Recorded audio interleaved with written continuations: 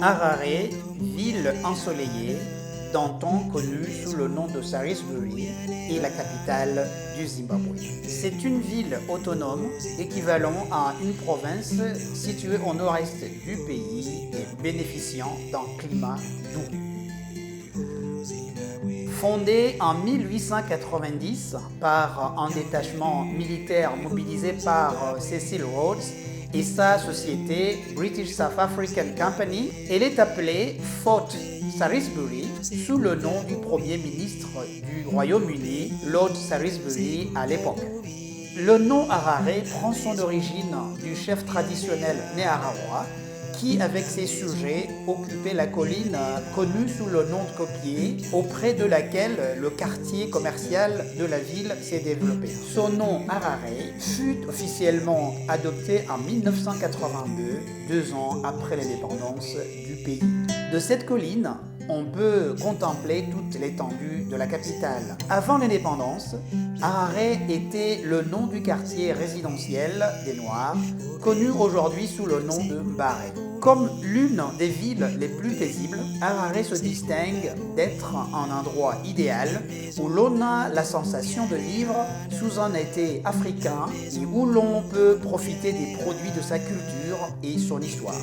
Marquée par des arbres en fleurs, une nature impeccable, un climat rafraîchissant, Harare est une ville moderne, bien planifiée, avec des bâtiments gratte-ciel, de larges avenues, ainsi que de nombreux parcs et jardins verts. Parmi les lieux intéressants à visiter à Harare, on peut mentionner le musée Queen Victoria, appelé aujourd'hui Zimbabwe Museum of Human Sciences, qui détient des expositions zoologiques et historiques, les cathédrales anglicanes et catholiques, ainsi que la Galerie nationale du Zimbabwe, qui dispose d'une collection de tableaux européens et de pièces d'art traditionnelles et contemporains africains. Le stade Rufaro, multifonctionnel, généralement utilisé pour des matchs de football, a une capacité de 35 000 personnes. Ce stade a une histoire particulière. Il a accueilli les premières commémorations de l'indépendance du pays, événement rehaussé de présence par la légende de la musique reggae, le Rastafari Bob Marley, le 18 avril 1980.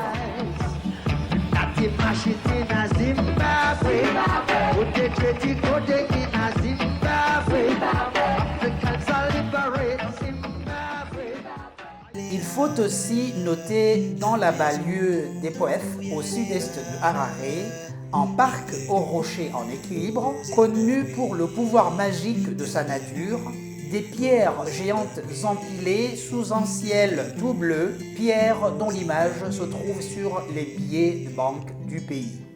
Au cœur de la capitale Harare se trouve la place de l'unité africaine et sur le côté ouest de cette place se trouve une cathédrale anglicane construite en Grèce et vieille de plus de 105 ans avec des colonnes impressionnantes de granit. Pour ceux qui aiment les oiseaux, Mukuisi Woodlands ou les jardins botaniques nationaux sont des sites d'observation des oiseaux connus dans le monde entier avec environ 20 différentes espèces d'oiseaux. On y trouvera aussi d'autres activités dont l'équitation et les randonnées.